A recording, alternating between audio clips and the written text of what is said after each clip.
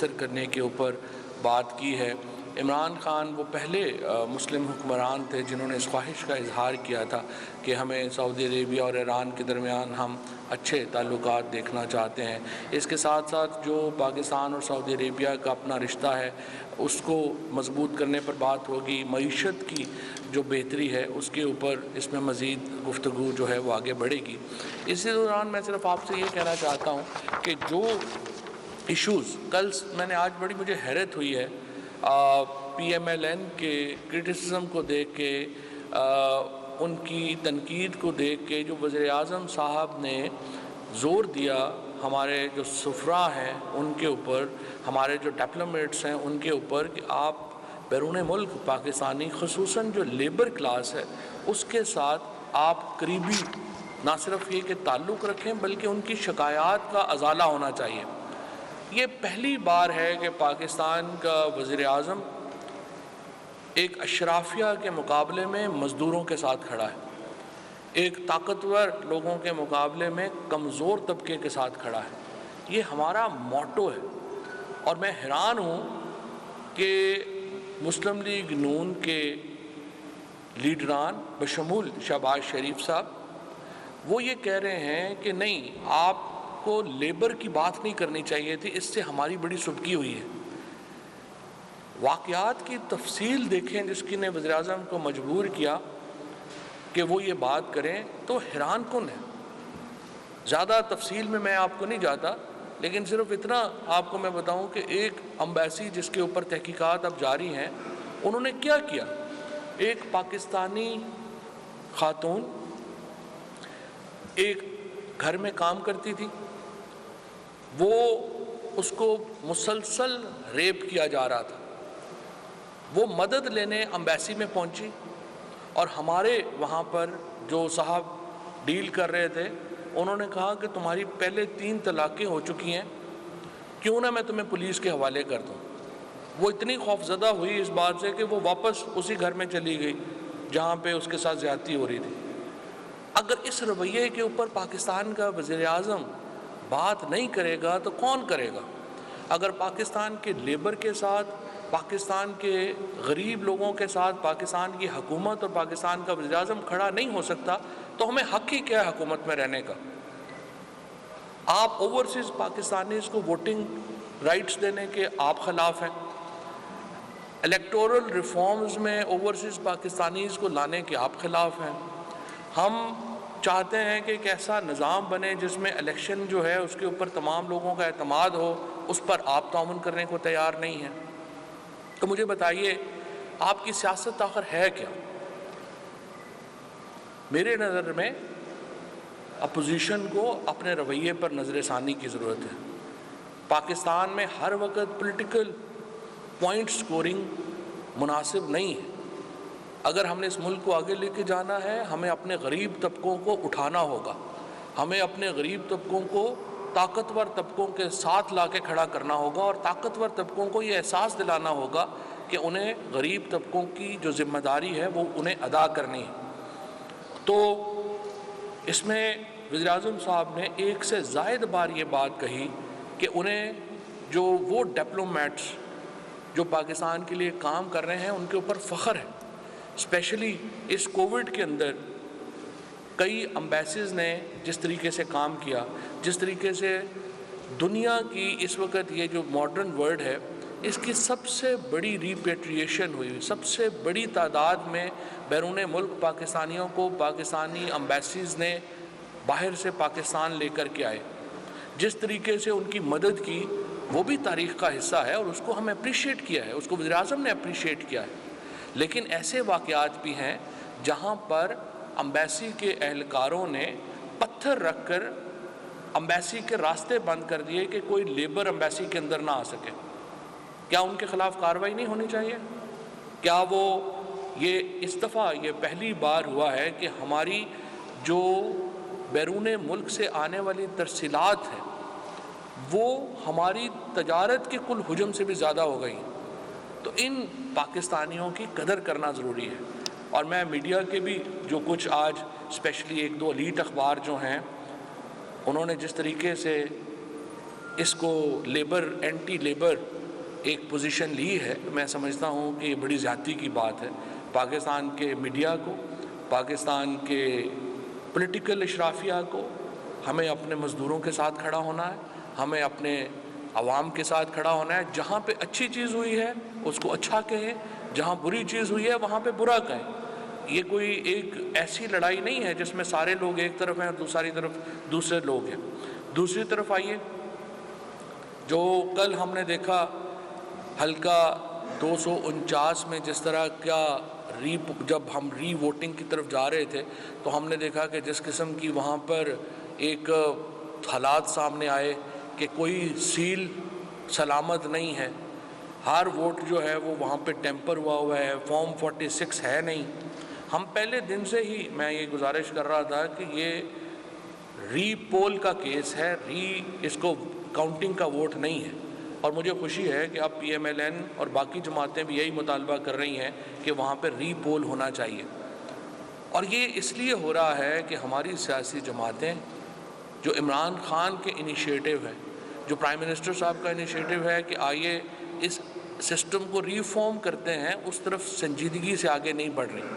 اگر وہ سنجیدگی سے آگے بڑھیں اور ہم ایک الیکٹورل سسٹم کو، انتخابی نظام کو خامیوں سے پاک کر لیں تو ہم ایک ایسا نتیجہ بھی لا سکیں گے جس کے اوپر تمام جماعتوں کا کنسنسس ہوگا۔ تو اس لیے میں ایک بار پھر سیاسی جماعتوں کو کہتا ہوں، ہم آپ کو اپروچ کرنے کو بھی تیار ہیں، ہم آپ سے بات کرنے کو بھی تیار ہیں، آپ سنجیدہ رویے کا مظاہرہ کریں۔ اپنے مقدمات جو ہیں آپ کے وہ سب کچھ نہیں ہیں، آپ کو اپنے مقدمے عدالتوں میں لڑنے ہوں گے۔ نظام کی اصلاح کے لیے ہم آپ سے بات کرنے کے لیے تیار ہیں، اور یہ جو ہمیں کامیابیاں انشاءاللہ اس معاشی محاذ کے اوپر مل رہی ہیں یہ انشاءاللہ جاری رہیں گی۔ کچھ تفصیلات اس کی رضا داؤد صاحب سے میں درخواست کروں گا کہ ہمارے سامنے رکھیں۔ بسم اللہ الرحمن الرحیم۔ آپ لوگوں کو یاد ہوگا کہ اکتوبر 2019 میں کیبنٹ نے اپروو کیے تھے یہ ہماری ای کامرس پالیسی۔ تو جب وہ اپروو ہو گیا اس کے بعد منسٹری آف کامرس نے یہ فوراً کام شروع کیے، اور پہلے ہم لوگوں نے کام یہ کیا کہ ایک نیشنل ای کامرس کونسل بنائی ہے۔ ای کامرس کونسل میں سارے اسٹیک ہولڈرز اس میں شامل تھے، اور یہ جو کونسل ہے نا اس کی 4-5 میٹنگز ہو چکے ہیں، اور وہاں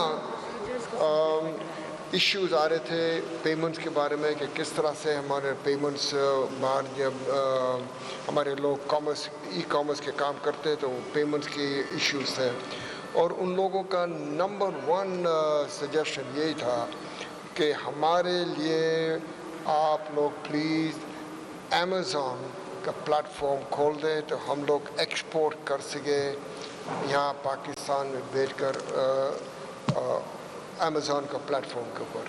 تو ہم لوگوں نے فوراً کام شروع کر دیے، اور امیزون نے یہ پوچھا کہ یہ آپ لوگوں کی کوالٹی اسٹینڈرڈز کیا ہے، یہ ہے وہ ہے، اور پھر انہوں نے تقریباً 40 ایکسپورٹرز کو اپروو کیے کہ بس یہ لوگ ہیں ان سے ہم لوگ کام کر سکتے ہیں۔